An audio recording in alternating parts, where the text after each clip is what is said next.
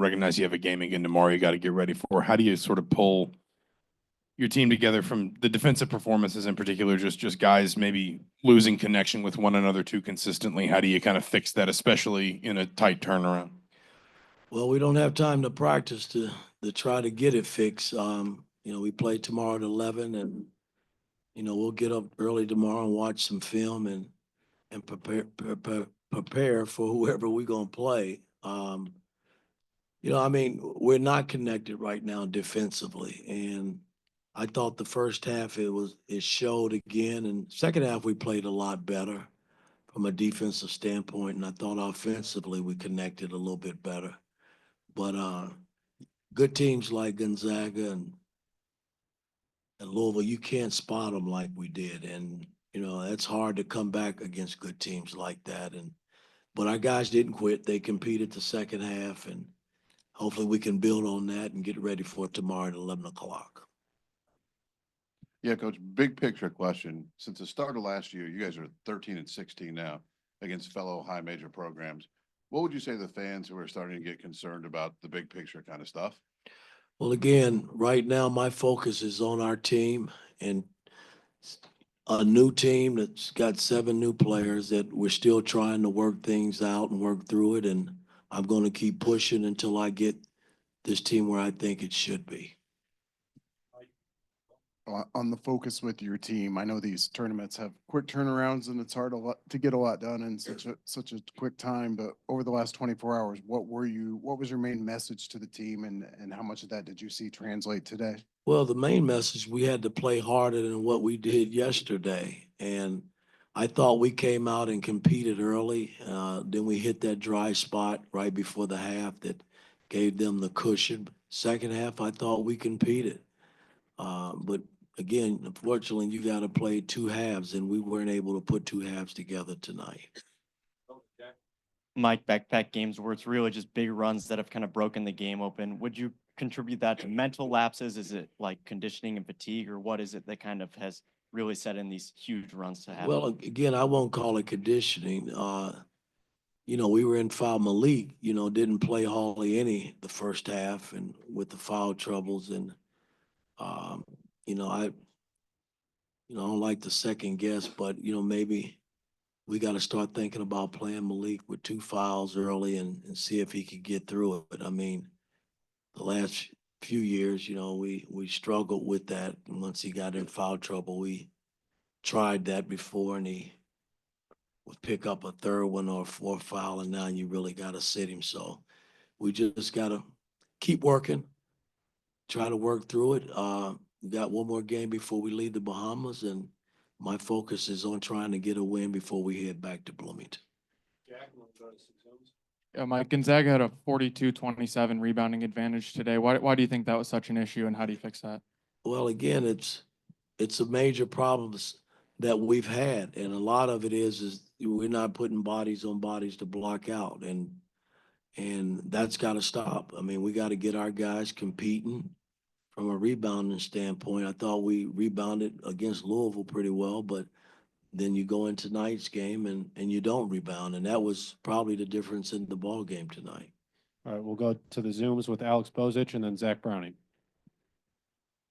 Yeah, thanks for the time. Appreciate it. What's the team's identity right now defensively, and what maybe is being missed in terms of some of the smaller details defensively that are leading to these back-to-back 89-point performances by these 2 teams? Well, again, I thought we were on point, and from a defensive standpoint, heading out here to the Bahamas, I thought our defense was kind of where we wanted it to be. And,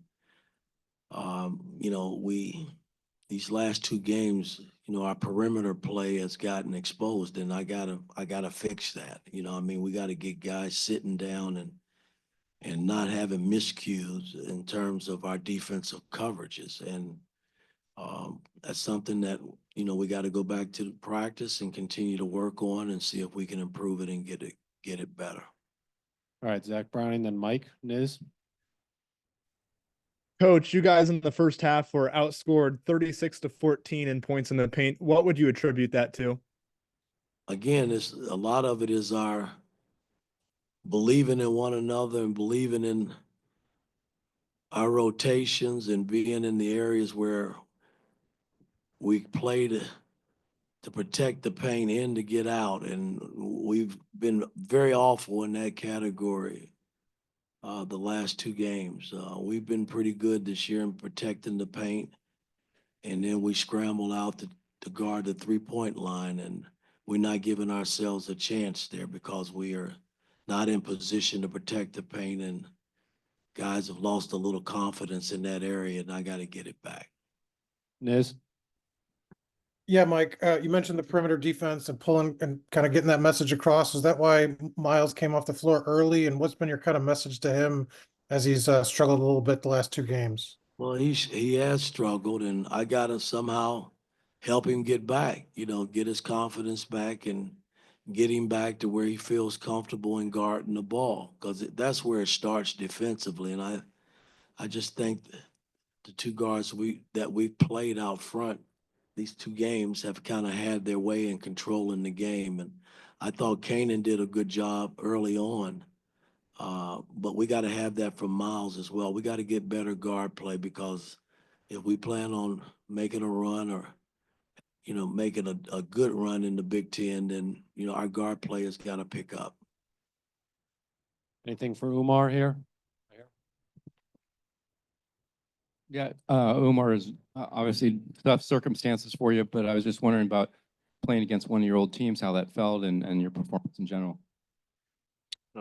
It was good. Gonzaga is a good program, and there's a reason why they've been good for so long. So is Indiana, and I'm glad that we got to play. I wish we had a different result, but it's a long season. We gotta learn from that and then get better for the next opportunity that we're gonna have. Last question, Zach. It's Mike just asking about Umar's performance, 25 points. I know, again, in the context of a loss, it's not what anybody wants, but just how have you seen him improve in being a player that you can play through the way you have some of your bigs in the past, his ability to score, back to the basket, going at the rim, and even passing the ball? No, he's gotten better since we've gotten him. And, I have no complaints with big fella. He's doing everything that's been asked of him. And, we just got to get the supporting cast, clicking on all cylinders. We've played some pretty good basketball, and I know it. We look at our opponents that we've played. It's not the Gonzagas and the Louisvilles, and that's no knock against the teams that we have played, but we got to get where we're competing against top-notch teams like the Gonzagas and the Louisvilles, and we'll get there. We just got to keep working at it. All right, thanks, guys.